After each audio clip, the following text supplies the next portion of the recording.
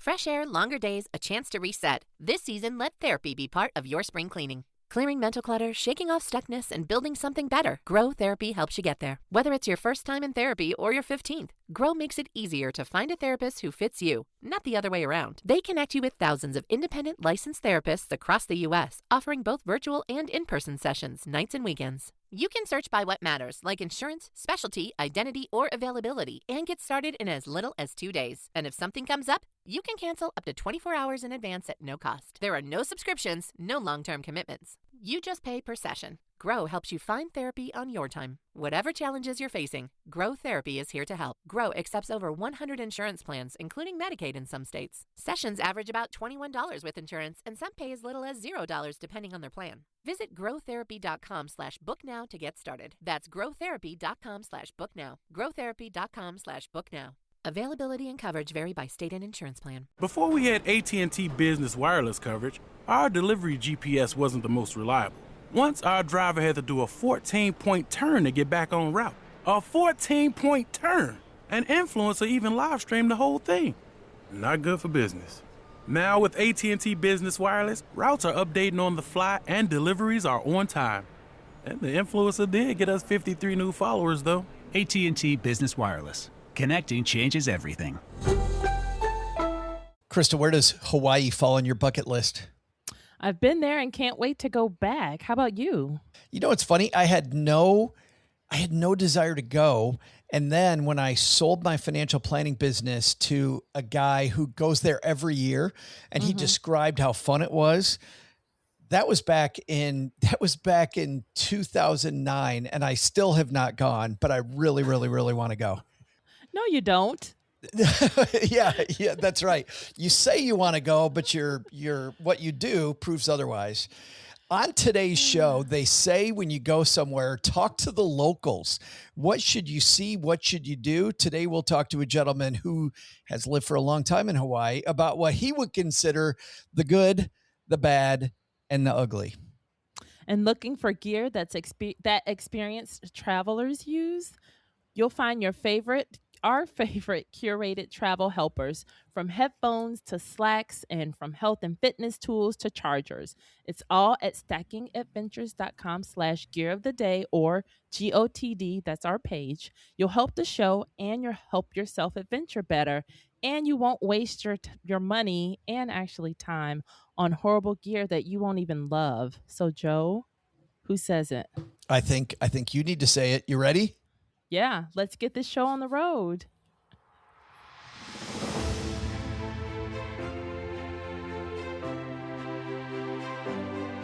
Ready for adventure? From vacation to staycation, and from the mountains to the beach. This is the Stacking Adventures podcast.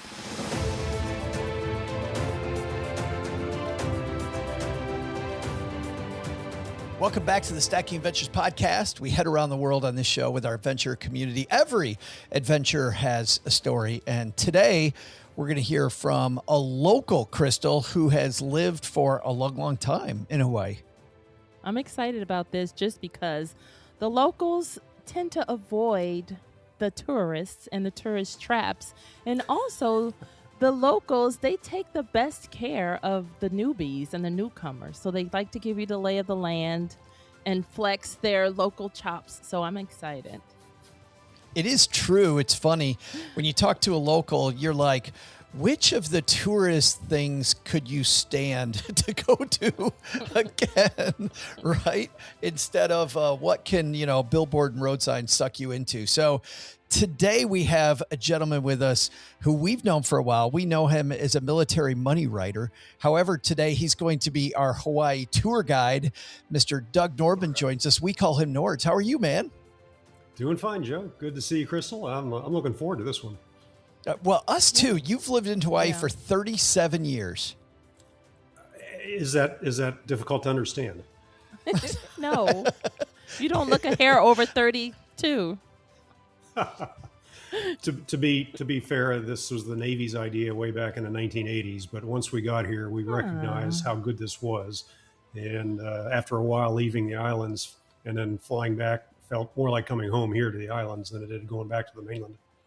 When we were chatting with you about this at the beginning, though, Doug, it was funny because your big travel confession, like right out of the gate, was you don't actually go to the other Hawaiian islands. And to me, like the first thing I thought was, if that feels like you live in Disney World, but you vacation at Six Flags, you know what I mean? Ooh, That's that. Yes, that is correct. On the other hand, when we go on travel, we've been going international. And so just getting onto the neighbor islands is something we can do. We find ourselves on the neighbor islands doing the same things that we would do on Oahu. And it's really mostly a staycation. But we'll eventually get to the point where as our granddaughter grows older, we've got a 6-year-old right now, she's in kindergarten. And as she gets older, she's going to want to go see the neighbor islands just because she wants to explore all of Hawaii. And that's what I'm looking forward is to seeing Hawaii through her eyes. Yeah, you get to experience it all over again. Let's start here. What do people screw up when they plan a trip to Hawaii? The biggest mistake, and we're talking about Olympic gymnasts here, so their vacation is still 8 out of 10 or 9 out of 10 instead of 9.8 out of 10. The biggest mistake is trying to do too much. And I get a typical person from the mainland will contact me and say, hey, I'd like to go to Hawaii. I've got 10 days, and please tell me which 3 islands I should focus on. And my answer is no, you're barely going to get through one island, and it's probably not going to be Oahu. And so dial it back and think about exactly what you want to see and do first, and then we'll tell you which island is probably best to start with. That kind of infers then that Hawaii isn't one place. Like every island has a completely different character then. Would that be true? Oh, absolutely. And if the islands were laid out and people tried to pick out what they wanted to do, many websites will do this for you, of course, but Kauai is known for natural beauty, as is Maui. Oahu has its own things going on. The Big Island is what people might think of as the way Hawaii used to be before the 1960s and international jets were flying all over the Pacific Ocean. And so there's a little bit of different things to see and do in each island, and each have their attractions. For example, Maui has a world-class oceanarium, one of the best aquariums I've ever seen. On the other hand, Kauai has the wettest spot on Earth up on top of a mountain, and there's a lot of natural beauty to hike around and look at in Kauai. Frankly, Kauai, to my experience, has the least crowded surf breaks of the islands, but there are a couple other islands that probably could be even less crowded than that have even less to do. And I'm referring to Molokai and Lanai. Hardly anybody goes to those 2 islands because they are not as ready for a huge influx of visitors as the 4 bigger islands. And if you're on a big island, there's plenty to see there with Mauna Loa, Mauna Kea, and Kilauea. Although I don't know if you have been following Kilauea's saga, but as of the time we're recording this, Kilauea is currently not just throwing a big fountain of lava in a crater, it's throwing balls of what's called tephra, which means ash and molten lava that is solidified. Balls of that about the size of volleyballs all over the national park and even into adjacent areas. So it's kind of an unpopular place to be watching the lava live now. Wow. Yeah. So Crystal, then- let it be. Let's just record this. It took Doug Nordman 8 minutes and 19 seconds to reference surfing. And for people that don't know, which That I is think kind of slow, isn't it? Yeah. it was slow. I was expecting a surfing reference well before you actually made it, my friend. Oh, we don't surf here. No, there's nothing to see here. Don't worry about it. No, surf breaks are No, way of too course small not. and way too busy already. Yeah. Yeah. So then what should I expect? I do have favorite breaks on each island. Go ahead. Well, I was going to say, what should we expect as far as island hopping? Like, if I wanted to fly into Hawaii, if I'm going to Oahu, am I going to stay on Oahu? Or like, if I wanted to quote unquote island hop, would I fly into a certain island and how am I island hopping in the first place? I would pace yourself at no faster than 1 island a week. So if you got a 2-week vacation and you have things you want to see and do in Waikiki on Oahu, mostly would be shopping. Well, then that's what you're going to do. And you're going to take the time to explore and find all the places that attract you for whatever shopping or beach time you want. And then you're just going to keep iterating on that. And now if you're going to spend 1 week on Waikiki and then go to a neighbor island, maybe you want to go to something that's completely different, like Hilo on the Big Island, and spend another week there. There are international flights from all over the Pacific to Honolulu, Kahului in Maui, Hilo and Kailua Kona on the Big Island. So you don't have to fly through Honolulu to get there unless you're very price sensitive or unless you place a very low value on the time you spend sitting in airports.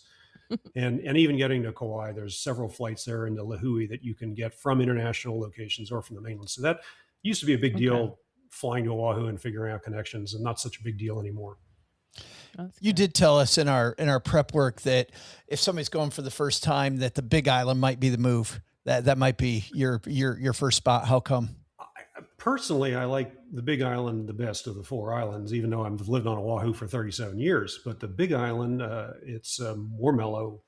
You have more things to see and do. For example, you can go to a black sand beach if you want to spend your time on a unique beach. If you want to see fascinating observatories or science projects, and you can go up to the top of Mauna Kea and see the observatories up there. And when I say up, I mean at 12,000 feet of altitude. Right now, there's a blizzard warning on Mauna Kea because of the rainfall we have here. And they're expecting to get about a foot of snow or freezing rain. Yes. Wait a minute. So I can see lava and snow on the same island. Is this like some kind of Hawaii exactly flex? At the same time, but you might have to do a little driving in between. But yes, it is. Here, the other example is the Mauna Kea Snowboarding Championship, which is held, as you might imagine, only once or twice a year. But the competition involves not just a snowboarding phase up there in the morning, but a surfing phase down at the coast on the afternoon. And that's the big challenge, is picking the right surf spot and getting the good waves after you've been up on Mauna Kea snowboarding. You also do have another big social aspect over in Kailua Kona on the other side, on the western side of the Big Island. And that's a smaller version of Waikiki. There's plenty of shopping and luxury hotels and resorts, if that's the thing you like to do. My favorite part of the Big Island is going through the actual Volcanoes National Park, and then the area around Hilo, just looking at all the historic stuff that's in Hilo. Now, a lot of people don't. If you're looking for history of the plantation days and the 19th century, Hilo is a very good place to look at that, just from the museums that are there. Can we take that? Let's take these places one at a time, because I would love to break this down a little bit if we're going to spend a lot of time on the Big Island. Let's start with Kona. Is there a particular restaurant or a particular place while I'm visiting Kona that's like the must see that you could recommend to a large number of people? Specifically, no. And the reason is because they rotate in and out all the time. Now, if somebody wants to come to Hawaii and learn about a local restaurant where all the locals go, then I would say, oh, yeah, you want to go to a Zippy's. Or if there's a specific food you want to eat, I'd say, well, you want to go to a fish shop and buy a poke bowl, and it'll be fresh fish. You know, it was swimming late last night, and now it's sitting in the counter ready to be turned into a poke bowl, whatever you want in your poke. And they rotate in and out, the popular restaurants. And so I don't dine at a high-end place. I'm not a foodie. And when I go to someplace like the Big Island, I want to eat the local food. And, you know, the joke is that Denny's on the mainland, maybe even Texarkana has a Denny's, I don't know. We do. There we go.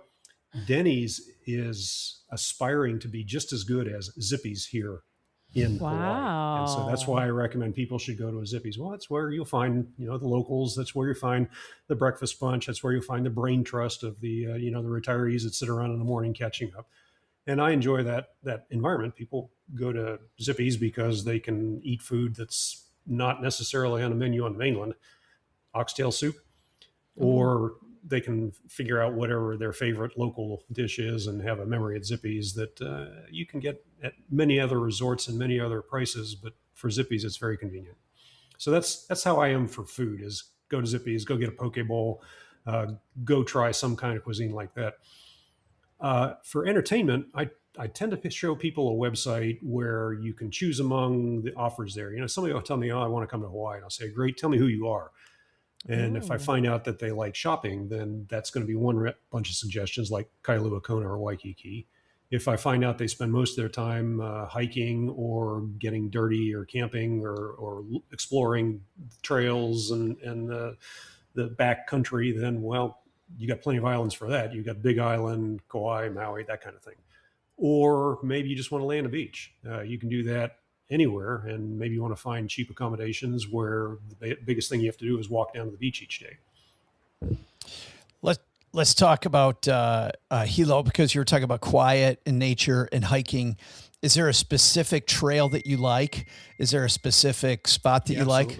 Absolutely. Hilo has a couple things that I really enjoy. One of them is the Akaka Falls. Just going up to Akaka Falls and looking at the falls and that area around there, hiking around there. That's beautiful. There's also a downtown center in Hilo that's built around the waterfront. And it's an area that used to be quite an industrial area until the tsunami of 1946. And when that tsunami rolled through with very little warning, it became a mass casualty disaster. Essentially, it wiped out the industrial waterfront right around that harbor in Hilo. And everybody spent the next 10 years rebuilding. And just as they were getting to the point where it was back in action and running again in 1960, there was another tsunami that wiped out that whole waterfront area all over again.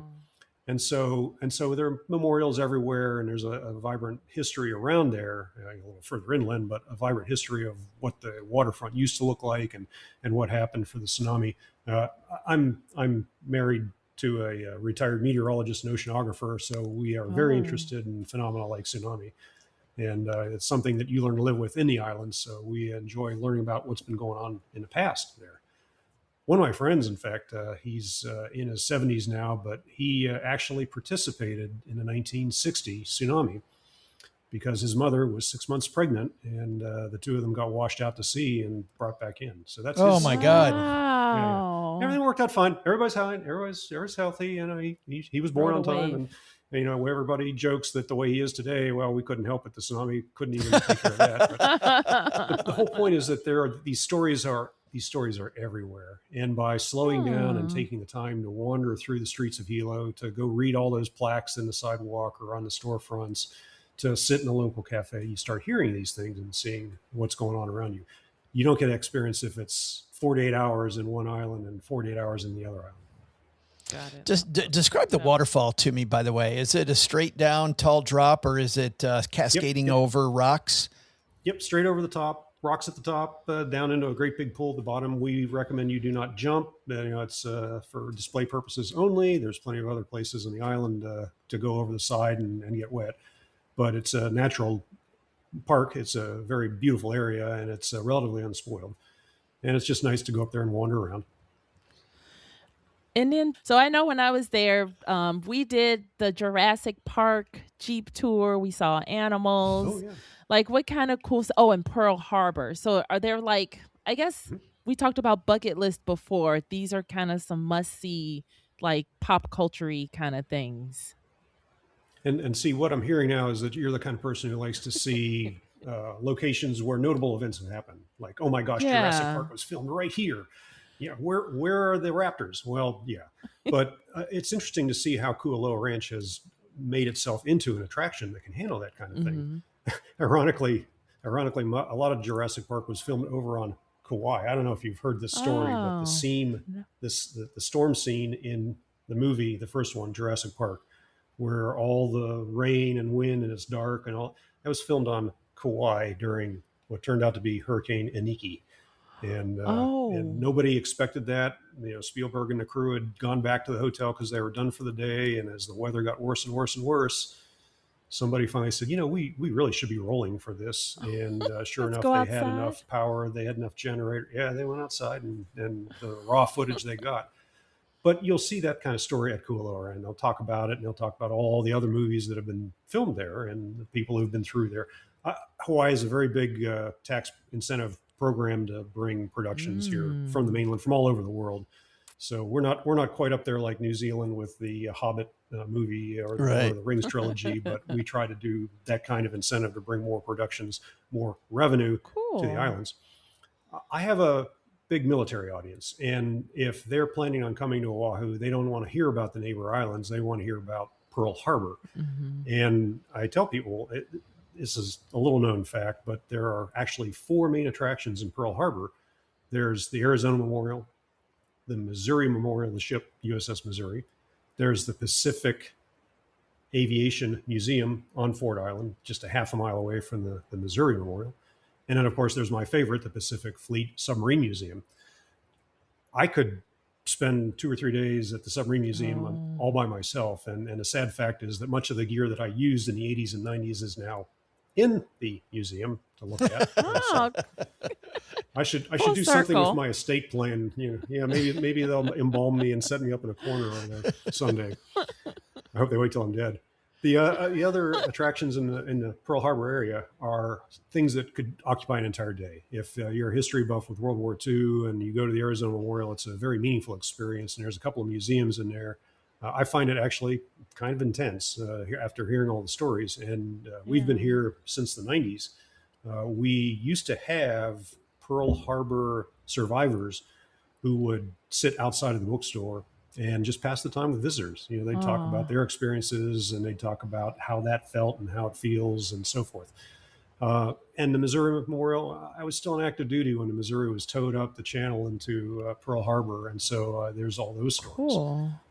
The movie Pearl Harbor was filmed while I was on active duty. And again, if you go around the island, the Ford Island in the center of Pearl Harbor, you can see all that history there and see all the plaques and all the demonstrations and exhibits. The Missouri is probably the best open air museum at showing all that. But for aviators, over in the parking lot of the Pacific Aviation Museum, there's probably 60 or 70 aircraft in various stages of rehabilitation and restoration. And once again, my spouse and I go there and say, "Hey, look, that was the hot new aircraft in 1980, and so were we." but inside the museum, they do a great job of bringing World War II and all the history from then till now back to life. And we've seen that museum through the eyes of our 6-year-old granddaughter, who loves the flight simulators.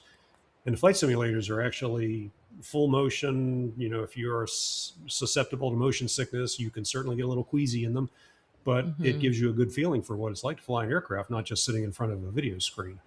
With our granddaughter, the joke is one day she's going to come home and tell her parents, "Mom, Dad, I'm going to join the Space Force." But on the other hand, she has a wonderful time every time she goes into the museum, and she's there, I'd say 2-3 times a month, just because we're looking for something to do with her. Well, it's a thing she enjoys doing. So Curious. buy the membership, spend all the time there you want, explore. Exactly. So then, do I need a car to come see those things, or is it like a central place where they do tours and they pick you up? Yes to both. And you can rent a car. It's easiest to rent a car on Oahu. And you can also do plenty of Uber and ride sharing. That's all over the islands, and that's very popular. But you also can find a shuttle that'll pick you up in Waikiki, for example, and take you out to the Arizona Memorial and give you the Pearl Harbor bus tour if you want, or you can have them drop you off at the Arizona Memorial in the morning and catch a shuttle later on. We live in central Oahu, and there's a shopping center here that's called Waikiki. And it's a smaller version of the main Waikiki drive of luxury outlets. Waikiki has a fleet of shuttles that they send down to Waikiki to peel off all the visitors there and send them out here to central Oahu where it's less crowded. It's free, and the shopping prices are better. And so we have ways of getting visitors. And we want to make it frictionless for a visitor to get to where they need to be. And maybe you'll look at living in a resort area too. I mean, if you're up on the North Shore, you're probably going to rent something for a week or two, and you probably are going to spend most of your time walking around Haleiwa, maybe an Uber, but not necessarily. And I can tell you also, if you go to Maui and you're on the west side of Maui in Kahului, not only is there a nice car rental near the airport there, but the business next door, the surf shop next door, will rent you the roof rack for the car that you just rented, so that you can put your longboard on the roof rack and drive around with that. I wanted to spend the vast majority of our time on the Big Island because you told us if you're going once, Absolutely. that's probably the first place to go. But here at the halfway point, man, we're going to speed through a quick tour of at least see if we can get Kauai, Maui, and Oahu in before we say goodbye. But here at the halfway point, Crystal, we got some good news, bad news. The good news is that we have broken through on this competition to find out where you are around the world. The bad news is, as we record, we just released that episode yesterday, and we have a new quarter, which means all of our, I know what you're doing. Everybody knows that the clock reset on the second quarter, and you were waiting for that to drop to see what happened. And now everybody knows, Crystal. What country are you in? I am in Japan somewhere. You are somewhere in Japan.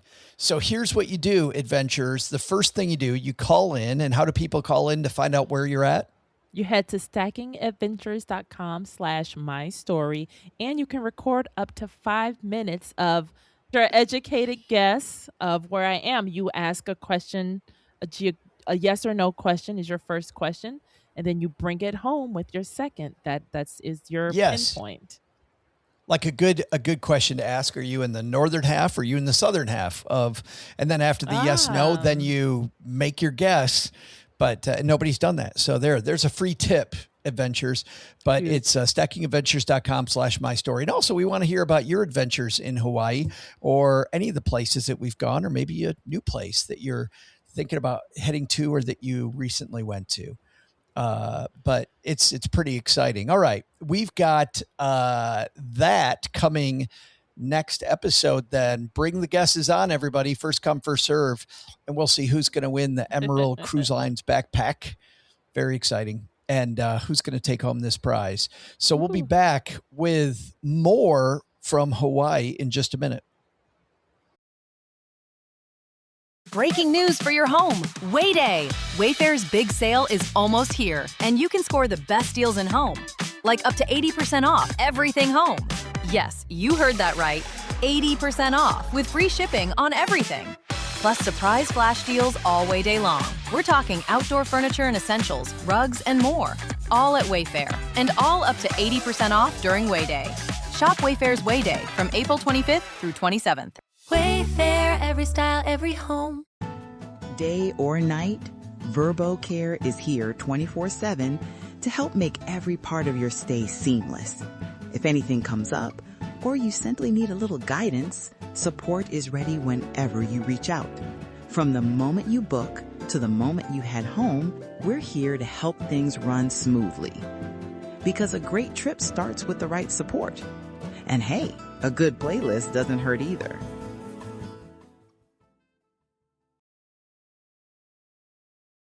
All right, now I know you said that we should only go to one island, but we're about to speed through 3 in about 25 minutes, Doug. So we're gonna speed. But it sounds like if there's a lot to do on the Big Island, like Kauai sounds like the opposite, like this whole slowdown vibe, like the complete opposite of the Big Island. Would that be true? That would be true. Again, hiking and going out on the water, whether that's a day cruise or a dinner cruise or a whale watching cruise, Kauai is very well set up for that. The other islands are too, but I think Kauai has some unique aspects in the way they do it. Kauai has a very interesting tour through an old plantation on an inner tube, and you're going through an irrigation channel on the plantation. And as you're tubing through this irrigation ditch, you're learning more about the history of the plantation and how it was set up. And frankly, you're basically wearing surf shorts and a rash guard, sitting in an air tube and working your way through a tunnel. Most of it is actually covered tunnel through there to learn how the irrigation work and where all the places are.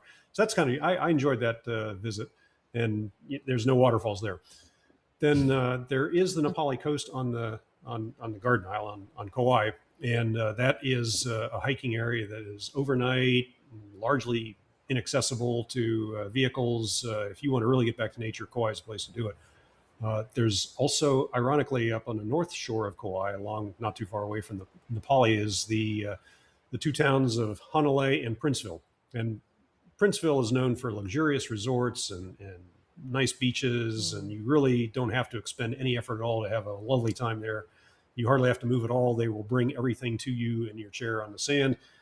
Hanalei I enjoy also because it's got a nice surf spot and more nice hiking and more nice places to visit, good restaurants, places where locals have been going for years. By the way, you asked for a restaurant recommendation in Kailua Kona, and I should have mentioned that any of these places you go to, if you're in a resort, of course they want you to eat the resort food, but you can also go talk to the concierge desk and say, what's the best place this month for, eat foodies or classic fusion cuisine or locals. Now, if you can get an answer like Zippy's, well, that's probably a good recommendation, but they know who's got the latest and greatest on the neighborhood and for your dining pleasure. The other part of Kauai that I enjoy down on the South Shore near Lihue is the area around Poipu and Kapa'a. And again, lots of nice vacation rentals down there. It's a very easy place to go to the beach and very kid friendly, very snorkel friendly for people who maybe don't have the strongest swimming skills, and very easy to go out there and paddle around and see fish and wildlife. So there's plenty to enjoy for an entire week on Kauai. We at one point, our last trip on Kauai, found ourselves at the Kauai Flower Show. Now, Ooh. I wouldn't necessarily come on a nationally recognized podcast recommending that people go to the Kauai Flower Show, but if that's who you are, you will see incredible examples of orchids and other plants that will inspire you maybe for whatever greenery works in your neighborhood. We came back from there to Oahu trying to replicate some of the stuff we saw at this market. I just want to go back to the fact that you can also, Crystal, tell that Nords is a finance guy because he just described to us how romantically involved he got with tubing down an irrigation ditch. Like he tubes down a ditch and it's a vacation highlight. Do you know how much time it took him to convince his daughter and his grandkids that this was going to be? We're going to love this. I should do this. I should do this in Texarkana after a rain. Just tell people, no, this is really fun. We're going to go down the ditch in front of my house and it'll be great. No, I don't know if this is a comedy routine that they come up with at this attraction or if it's standard, but on the drive over to the headwaters of the irrigation ditch with the truck of inner tubes following us, the tour guides told us that they wanted to help us have better descriptions on our social media. And so instead of, gosh, this irrigation ditch is cold, you used words like refreshing, invigorating. Oh. I went for heart stopping. I was told that probably wouldn't work. But, heart stopping. It is. You do get out in nature. You do get a little uncomfortable in a good way, and it's an enjoyable experience. But now you know how to describe it on Yelp or on TripAdvisor. You had described originally, though, on Kauai was the wettest place. Mm-hmm. And I think of Hawaii, I think, okay, you got an ocean right there. That's pretty wet. What do you mean by wettest place when you talk about Mount? I'm not going to be able to say the word Mount. Waialeale. Everybody says it that way. Waialeale. Waialeale, yes. The mountain, the rain clouds, as the trade winds blow, they pick up moisture over the ocean, and then they encounter this very steep mountain, and it drives the trade wind straight up the side of the mountain, and it gets colder. Can't hold as much moisture anymore, and it drops the rain right there. It just rains and rains and rains here. Exactly. And some of it, for example, there's a section near Hilo where it rains every day of the year almost, and it rains between 3:30 and 4:30 almost every day of the year. And Waialeale is more like it's not raining for 1 or 2 hours a day. That's your chance to get out there and go hiking. And we have the same behavior on Oahu. The windward side of Oahu up by Kailua gets a ton of rain just from the way that the mountains attract the crowds and push them up over the mountains. And all the rain lands on Kailua side. And by the time you get to the other side of the Ko'olaus and you're in central Oahu, you hardly get any rain at all here comparatively. And on the leeward side of Oahu, all the way out in Nanakuli, Waianae, down in Kapolei, it's a desert environment down there because by that point all the water's gone. Oh. Wow, that's so wild. The joke is, if you don't like the weather where you're at on the island, just walk 10 minutes or wait a half an hour, and we'll have something different. Well, that's what I was thinking. It's just so fascinating to see all these different weather patterns and all these different ecological zones around the area. That's environmental microclimates. Exactly. Yeah. Let's talk about Maui, because I know that's a tougher conversation right now. Maui, there's still plenty to see and do. In fact, Maui would like you to come visit Maui and use your time enjoying all the things that are set up for visitors in Maui right now. Of course, you're going to want to avoid disaster tourism in Lahaina. There is nothing to see in Lahaina. Literally, it's all on the media if you want to see that kind of stuff in Lahaina. But otherwise, you're causing traffic and going through parts of Lahaina that they're busy trying to move on with their lives and rebuild. So, there's no reason to go to Lahaina unless some attraction in Lahaina wants you to come there and eat their food or enjoy their time at their bar. However, there's plenty of other places to see things and do things on Maui. And although you're avoiding Lahaina, you're still going to find lots to do in Kapalua or Kahului or over by Ka'anapali, all the big towns that you read about and that many mainland visitors are still learning to pronounce. And that's, for example, in central Maui at Ma'alaea, the Oceanarium is a fantastic experience. And that's one where I would take an inter-island flight just to spend an afternoon at the Oceanarium and come back to Oahu for dinner. It's that good. It's that good. There's also the tallest, it's a mountain on Maui, Haleakala. The Haleakala crater, the visitor center of the crater itself is at 10,000 feet of elevation. And when I go up there, I actually have to deal with 24 hours of altitude sickness.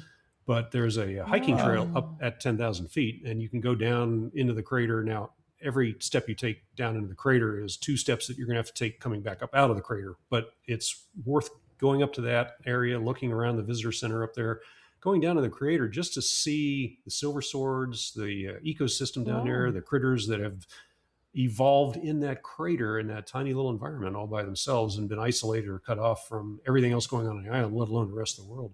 So there are unique plants and animals running around that crater. Haleakala also has the distinction of being one of the most quiet places in the world. They've actually gone around with microphones and recording gear and figured it all out. And it's very quiet in the crater just by the fact that you're inside a volcanic caldera. And they have 3 cabins inside the crater. This was built by the National Conservative, what do they call it? The NCCC, the program during the Great Depression to employ people. 3 cabins were built inside the crater in the 1930s that are still in use today. Now, it's very difficult to actually get that trip down into the crater where you can stay in a cabin overnight. We were fortunate enough that that same friend who had the tsunami is also a resident of Maui now. He managed to add us to his group for 2 separate trips down there. This was 10, 12 years ago. And it was amazing. Wow. Today, I wouldn't go down there just because if I did go down there and turn an ankle, they'd have to evacuate me on the back of a horse. But getting a chance to go down into the crater, look around for an afternoon, or if you get to visit with a group and spend a night in a cabin there, that's as back to nature as you can get in Haleakala. 2 questions about I haven't even talked about the drive to Hana yet. I'm probably the only Hawaii resident who has never gone on the road to Hana, just because the fastest you can go on the road to Hana is as fast as the slowest driver who is currently in front of you on the road to Hana. And that's fingernails on a chalkboard, I'm assuming. Yes, for me. Yes. You don't have the patience for it. Yeah, we have a drive north of us that's not nearly as pretty, but through the Ouachita Mountains, and I always end up behind a semi, and it just and you got to focus on that because you don't want to crawl up their tailpipe and then drive right off the side of the road into the canyon, right? So yeah, I can't imagine. I do want to ask, because it's a national park, I want to ask, Cheryl, my spouse, trying to do all the national parks. Is this one really crowded? Like, is this a get there in the morning national park, or is this not a ton of traffic national park? And then second question is, I got to imagine some of this hiking you're talking about, ranger-led activities pretty frequently. There are ranger tours for that, both in Kilauea and Volcanoes National Park and in Haleakala. I mean, let me be clear, I'm talking about 2 separate islands, but yes. 2 different parks. Yes. And when you're in Haleakala, there are plenty of ranger tours that will take you around and show you what's going on. The fantastic visitor center with all the videos, all the old photos, all the biology, all the environmental stuff going on there. So a lot of it can be self-guided if that's what you want to do. There's a phenomenon, and again, it's a discussion of whether this is something worth doing or whether it's over tourism and impact fees and being a good visitor. But one of the popular activities is getting up to Haleakala to see the sunrise. And everybody imagines, oh, I'm going to drive my car up there and get there just as the sun begins to peak above. No, that's not what happens. Instead, a bus picks you up at your hotel, and there's probably about 4 of those buses, and they all drive up to the Haleakala parking lot. And because these are big diesel buses, they don't want to shut off their engines at that altitude because they might not get them started again.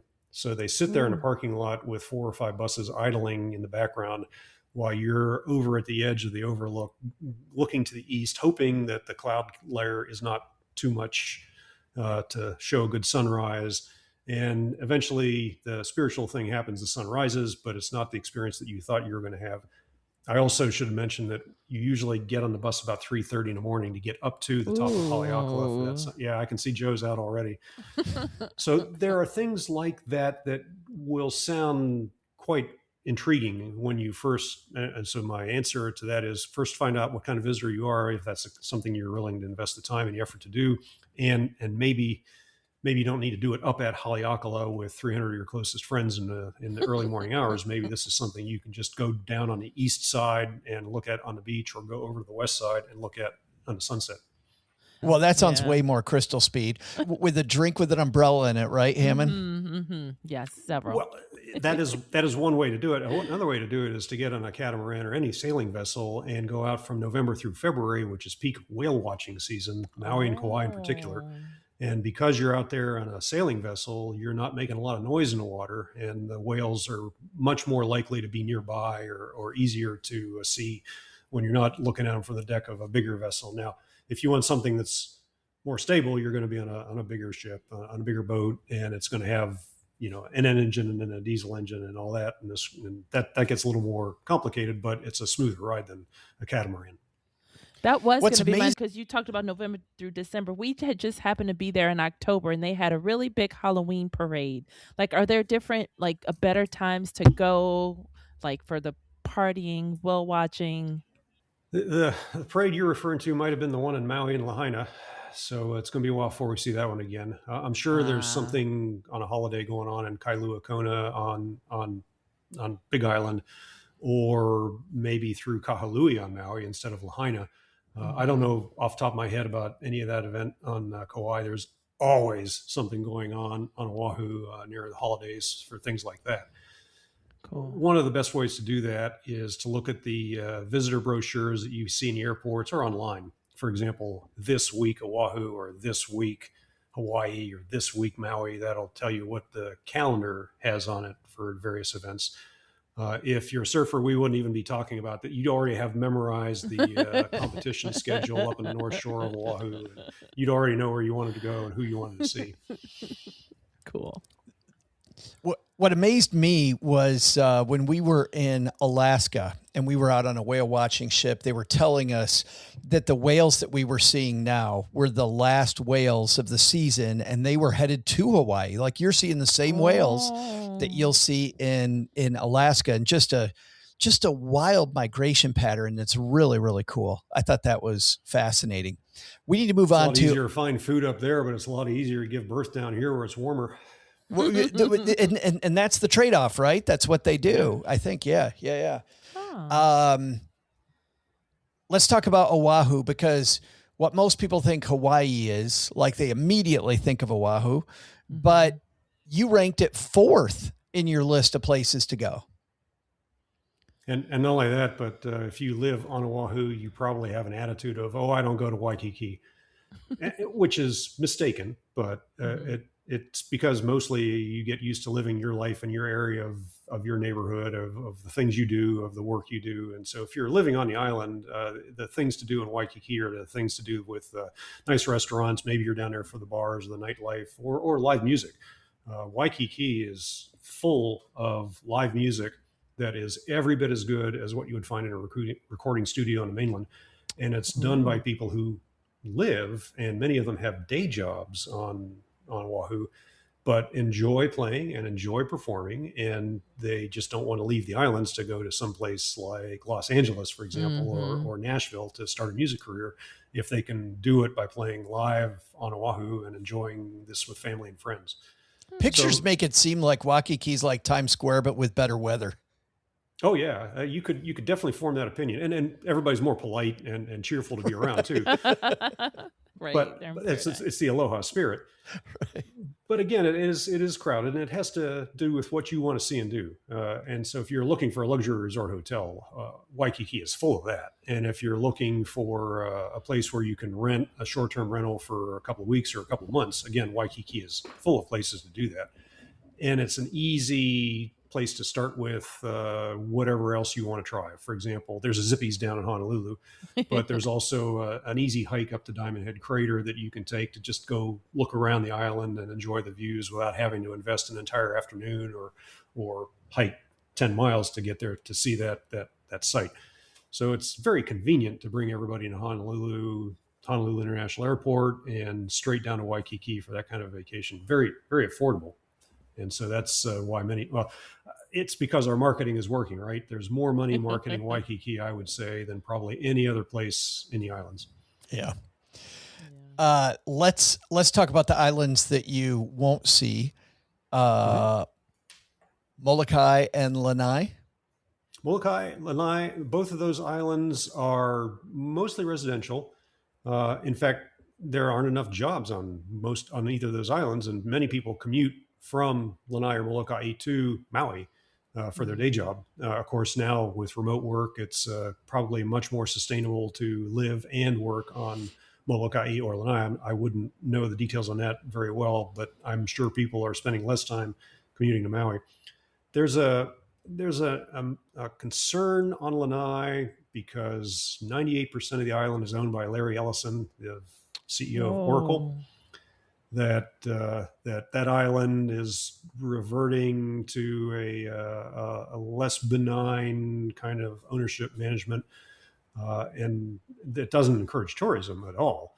However, there are nice resorts over there, are a couple of nice places to go for lunch. But the way I hear about Lanai is that people will go over there for a day trip from Maui. Molokai at one point was actually trying to bring in cruise vessels to Kunakakai.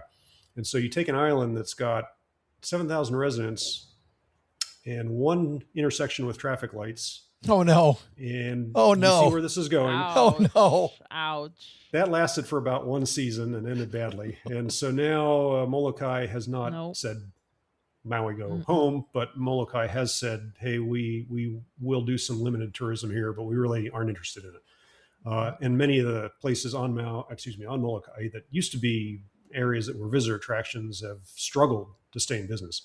So yes, you can go to Lanai. Yes, you can go to Molokai. It's just there's not a lot to do there. If you're a surfer, you're going to go there to explore surf breaks that don't have a lot of people on them. But boy, if you're a surfer, you'd better understand Hawaii culture and be respectful of the locals who already would like to surf there. I'm not saying anybody's going to be hostile, but if you take a California surfer attitude into Molokai, you're going to have a very disappointing experience. Those are islands you can still get to that are probably not on your top 4 islands. There is an island that is actually closed, and that is the island of Ni'ihau. Ni'ihau is owned by a family, the Robinsons. The Robinsons bought it back in the 1840s from what at that time was the Kingdom of Hawaii. Well, he felt like he was unloading a white elephant on a couple of clueless mainlanders, and he was right. And so they've owned that island and tried to figure out what to do with it now for 160 years.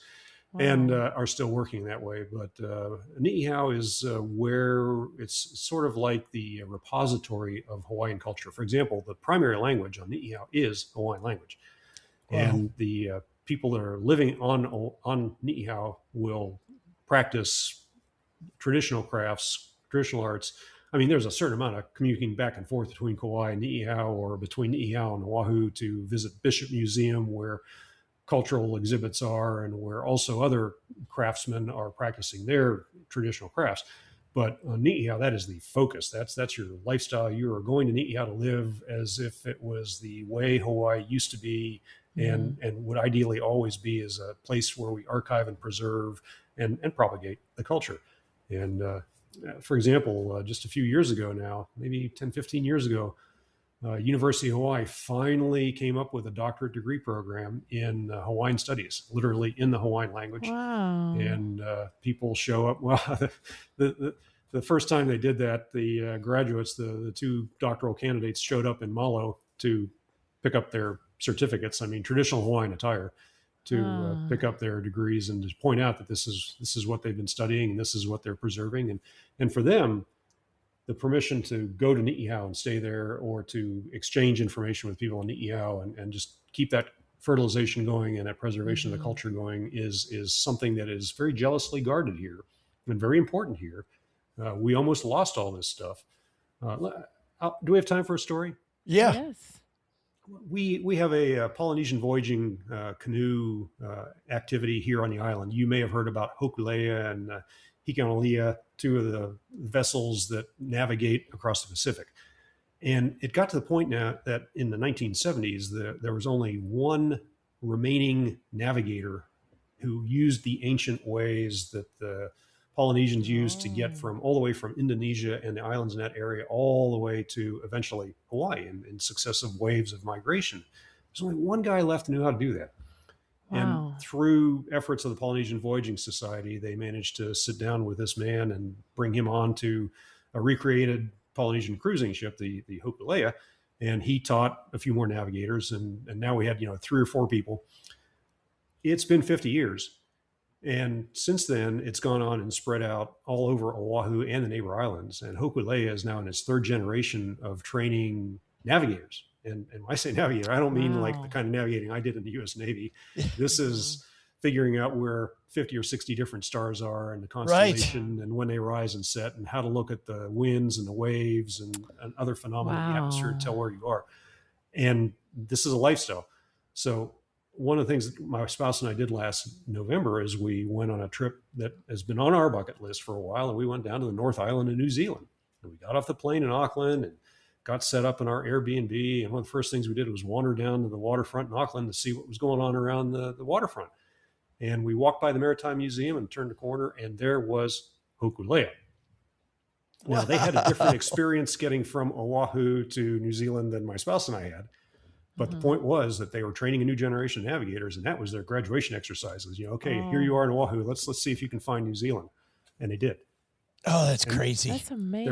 They're actually still there. They're still voyaging around the New Zealand area, carrying on that tradition and training new crew members, not just from Hawaii, but from all over the Pacific.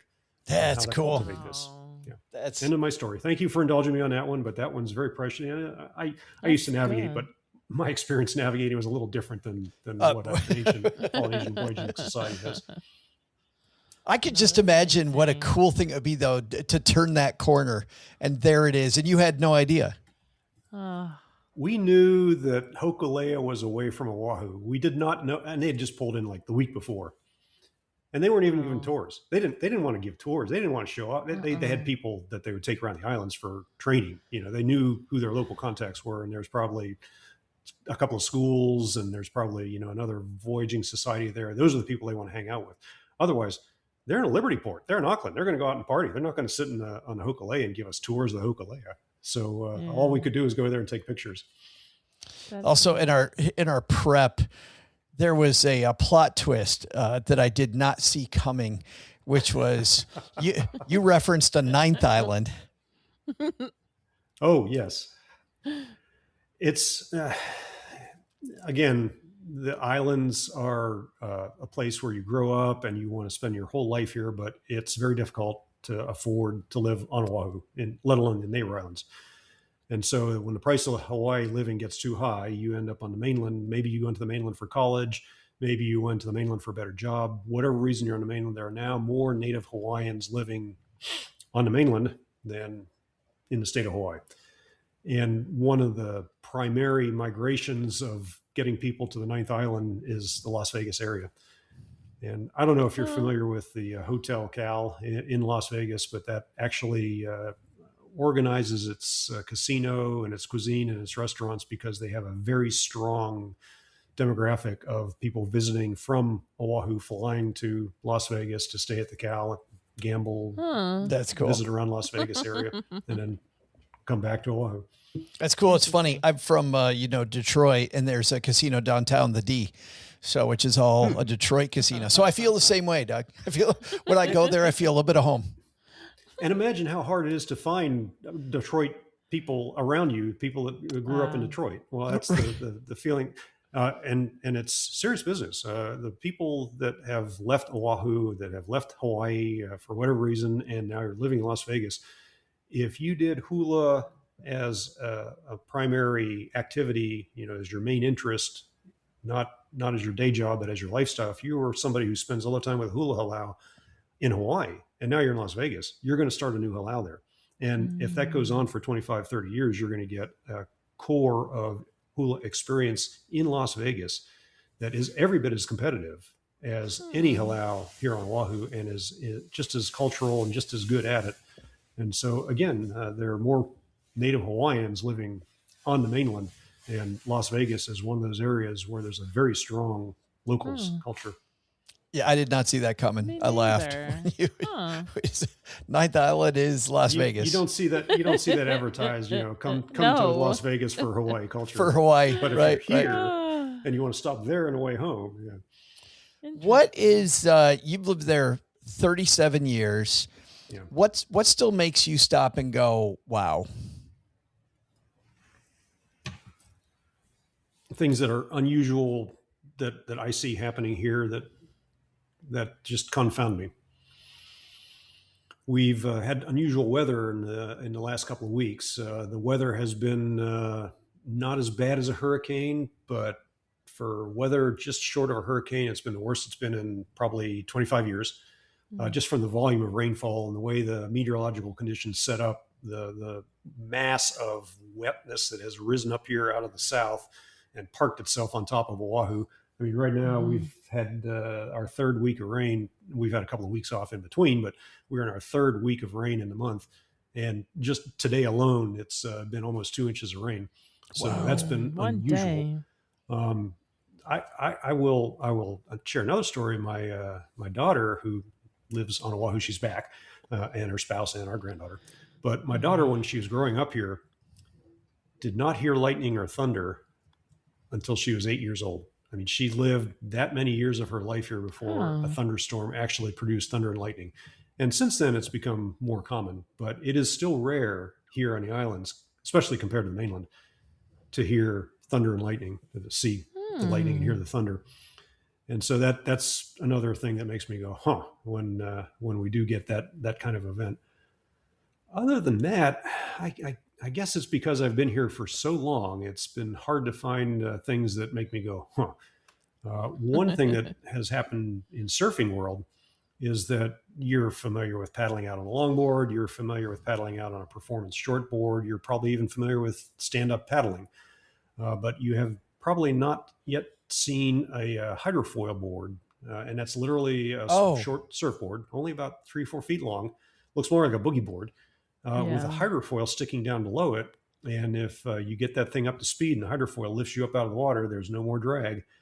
And it has gotten to the point now where we have a core of people that are so experienced and skilled at surfing, it's called foil surfing, that I think before long, we're going to see a recreation of the Oahu to Molokai canoe race, only with foil surfers, because these things can get out to open ocean, and they don't have to surf in front of the wave. They can surf literally in the open ocean if they can get the speed up and then figure out how to steer around. And we're getting enough experience with people that have been doing it for 10 or 15 years. I mean, these are the guys that were buying them 15 years ago and surfing every day on them, are probably capable of getting competitive and racing each other from here to Maui. That's cool. And safety vessels and escorts and everything else, just like the canoe races. But yeah, and that's where we are. That's the kind of thing that makes me go, wow. I'm fully loaded with longboard surfing and stand-up paddleboarding. But if I ever get bored, which is unlikely, if I ever find that I want to do something else, I know that hydrofoil is out there waiting for me. All I have to do is bring money and time to learn how to do it. If you're an adventurer and you are somebody who's been with the military, Doug's been writing about the military for a long time, about being financially independent, about raising smart families. Great book with your daughter, Carol Pittner, recently, Doug. Where can people find you online? I'm at Military Financial Independence. That's the name of my blog now, militaryfinancialindependence.com. I've got a lot of my material at the Military Wallet. That's the site that used to have a partnership between the Military Guide and the Military Wallet. So people that search for the Military Guide, they actually end up reading my posts on the Military Wallet now. You're familiar with 301 redirects, and that's why it works that way. We still talk about money-savvy families at places like Camp FI and conferences, and we still, when people visit, we still get together. For example, Choose FI's local chapter has a Choose FI Honolulu group here. We also have a Bogleheads chapter here now. So, oh, that's cool. Yeah. Maybe we'll end up with a bad group there, a Benjamin's After Dark group. That would be fun. We could try. It is feasible. It's going to take a while. It literally took us 15 years to get a Bogleheads chapter built up here. So don't feel like you have to get this done in a month. No, I'm always surprised when we have another one somewhere around the country. They tell you, yeah. It did crack me up last time when I was just prepping for today, and I went to militaryfinancialindependence.com. And of course, Crystal, Doug's piece is 24 years of military retirement and surfing. So while today you had to go 8 minutes to hear the word surf, you only had to go 7 words into the blog, which is much more likely. We should tune in for next week's episode, which is going to be titled Surfing in Hawaii. And then we can talk about it for the entire hour. That will be it. He's already planting seeds, Adventures. He's already planted seeds. Man, thank you for being our guide today of Hawaii. I really appreciate it. Thank you. Yeah, I hope. Always happy to talk about Aloha here with anybody who thinks they want to come on out, and they're welcome to contact me if they have questions. I get all these questions all the time. I have an entire discussion for military families who want to take advantage of the military benefits at recreation centers scattered around, not just Oahu, but all the islands. It's so fabulous. You're such a great resource, especially for military families who need the help, man. And it's out there. I always get frustrated when I see a military family. It's like, I don't know where to look. I'm like, well, there are some wonderful resources. Yep. Crystal, before we say goodbye, again, if people want to guess where in Japan you are. Head to stackingadventures.com/mystory. Super simple. We have all of our great gear as well. You can help the show and buy gear that doesn't suck, which it's so easy to get roped into travel gear that just is absolutely horrible. I've done it. Crystal's done it. Based on the fact that Norris just laughed, he's done it too. You buy this stuff and you're like, what am I doing? So if you want to buy gear that's been tested by either us or our guest, where do you go to our curated shop? Yep, stackingadventures.com/GOTD or Gear of the Day. All right. She is Crystal. And I'm Joe. He's Joe. And he's Doug. We'll see you next time, Adventures. Bye-bye. Thanks for listening.